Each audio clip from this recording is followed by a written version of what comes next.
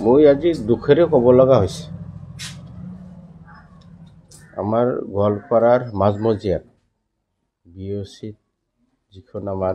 জাতিৰ পিতা মহামানৱ মহাত্মা গান্ধীৰ প্ৰতিমূৰ্তি আছিল মই ইতিমধ্যে গম পাইছোঁ সেই মূৰ্তিটো স্থানান্তৰ কৰি ফুটপাথত দিবলৈ ওলাইছে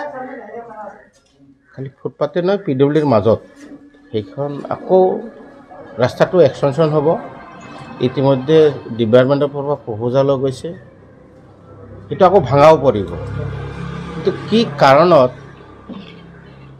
সেই মূৰ্তিটো স্থানান্তৰ কৰা হৈ আছে মই বুজি পোৱা নাই এটা স্কিম আমি CIDF-ত লৈছিলোঁ আপোনালোকৰো জ্ঞাত আপোনালোকেও জানে যিটো আমাৰ ফণী শৰ্মা নাট্য ভৱন যিটো আছে এই ভৱনত গোটেই গোৱালপাৰাত সিনিয়ৰ সিটিজেন XMLA বুদ্ধিজীৱী লিখক লেখিকা সবকে মাতি আমি স্কিমবিলাক লৈছিলোঁ আৰু সেই মিটিঙতে আমাৰ প্ৰস্তাৱ লৈছিলোঁ এইটো মই বিধায়ক হিচাপতে যে সেইটো স্কিমটো লৈছোঁ সেইটো নহয় যে এতিয়া য'ত গান্ধী মূৰ্তিটোত আছে তাতে এটা ৰটাৰী হ'ব ৰটাৰী হৈ সেইটো DC অফিচলৈ 600 মিটাৰ ৰাস্তাটো বহল হ'ব যেহেতু VIP ৰোড সেইটো DC অফিচ তাতে আপোনাৰ যিমান আছে জজসকল আছে মাননীয় বিচাৰপতিসকলৰ তাতে কোৱাৰ্টাৰ আছে আপোনালোকে নিশ্চয় গম পায় SPৰ কোৱাৰ্টাৰ আছে CRP অফিচ আছে CRPFৰ বিভিন্ন ধৰণৰ সেইটো VIP ৰোড আল্টিমেটলি আমি জানো সেইকাৰণে তাতে ৰটাৰী বনাই কাৰণ সেই গান্ধী মূৰ্তিৰ চাৰিওফালে ৰটাৰীটো হ'ব আৰু ৰাস্তাটো বহল হৈ DC অফিচলৈ যাব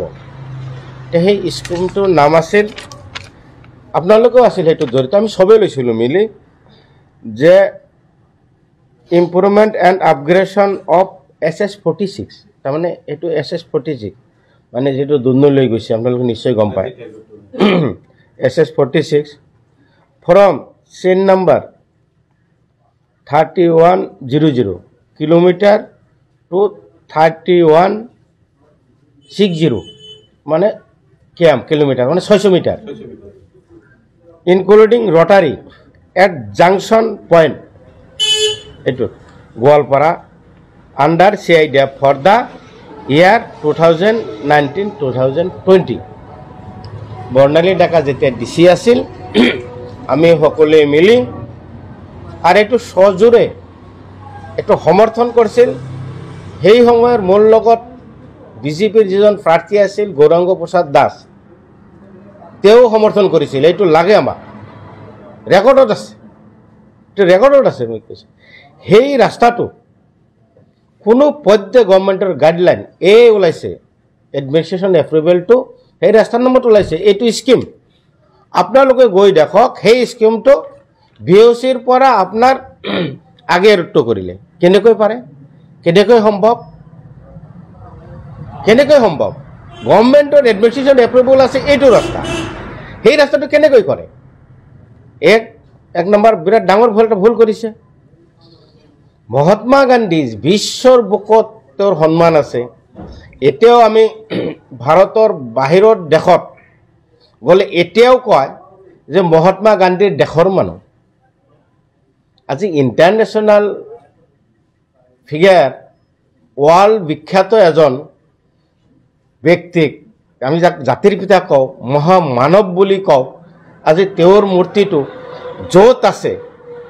এই মেইন পইণ্টৰ পৰা এটা ফুটপাথত দিব খুজি আছে এইটো এটা দুষ্ট চক্ৰ ইয়াৰ বিৰুদ্ধে লাগি আছে আপোনালোকে সকলোৱে জ্ঞাত সেই মহাত্মা গান্ধীৰ প্ৰতিমূৰ্তিক কেইবাবাৰো এটাক হৈছে আপোনালোকে ভালকৈ জানে আপোনালোকে নিউজ কৰিছে এটাক হৈছে আৰু সেই এটাক হোৱা সেই ব্যক্তিসকলে এই স্কিমটো চেঞ্জ কৰি আছে যদি এইটো প্ৰশাসনে যদি এইটো ৰেক্টিফিকেশ্যন নকৰে য'ত আছে তাতে নাৰাখে যদি শিফ্ট কৰে নাজানো এই গড বাহিনী এইবিলাক গড বাহিনী এই গড বাহিনী যদি এইটো কাম কৰে আমি কোৰ্টত যাবলৈ বাধ্য হ'ম গতিকে আপোনালোকৰ জৰিয়তে মই এই নিউজটো আপোনালোকে প্ৰচাৰ কৰক যে এটা গড বাহিনী এই ইয়াৰ ওপৰত মূৰ্তিৰ ওপৰত কেইবাবাৰো এটাক কৰিছে আকৌ সেই বাহিনীয়ে আকৌ মূৰ্তিটো চেঞ্জ কৰি ফুটপাথত লৈ যোৱাৰ কাৰণে মহাত্মা গান্ধীক অপমান কৰাৰ কাৰণে যোজা চলাই আছে গতিকে আপোনালোকৰ দায়িত্ব আছে ৰাইজৰ সকলোৰে দায়িত্ব আছে ৰাজনৈতিক নহয় মহামানৱ মহাত্মা গান্ধী ভাৰতবৰ্ষ স্বাধীন কৰিছে গতিকে সেই ব্যক্তিক আমি সন্মান নিদিলেও অসন্মান কৰিব পৰা অধিকাৰ আমাৰ নাই গতিকে এইটো গোৱালপাৰাৰ কাৰণে খুব নিৰ্লজ্জৰ কথা এইটো নেশ্যনেল নিউজ হৈ যাব ইণ্টাৰনেশ্যনেল ইস্যু হৈ যাব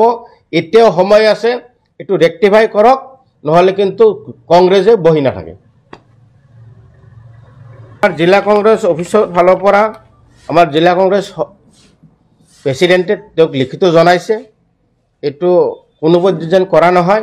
আৰু স্কিমটো যেনেকুৱাই আছে সেনেকুৱাই কৰক লাগে বন্ধ কৰক লাগে কৰিব নালাগে কিন্তু স্কিমটো কেতিয়াও চেঞ্জ কৰিব নোৱাৰে কোনোপধ্যেও নোৱাৰে কোনেও নোৱাৰে কাৰো ক্ষমতা নাই এইটো আকৌ চেঞ্জ কৰক এইটো আইন আনক গভৰ্ণমেণ্টৰ পৰা এপ্ৰুভেলটো লওক এডমিশ্যন এপ্ৰুভেল আছে য'ত সিফালে কৰক এইটোতো কৰিব নোৱাৰে কোনোপধ্যেই কৰিব নোৱাৰে গতিকে মই আমাৰ সভাপতিয়ে ডিচিক লিখিছে নিশ্চয় ডিচিয়েটো ভাল এটা ষ্টেপ ল'ব আমি যিখিনি গম পাইছোঁ ডিচিও এই চক্ৰত পৰি কি কৰিব নকৰিব বুজি পোৱা নাই গতিকে ডিচিকো অনুৰোধ জনাইছোঁ আমি আপুনি ঠিক থাকক আইনত থাকক যেটো উচিত হেতু কৰক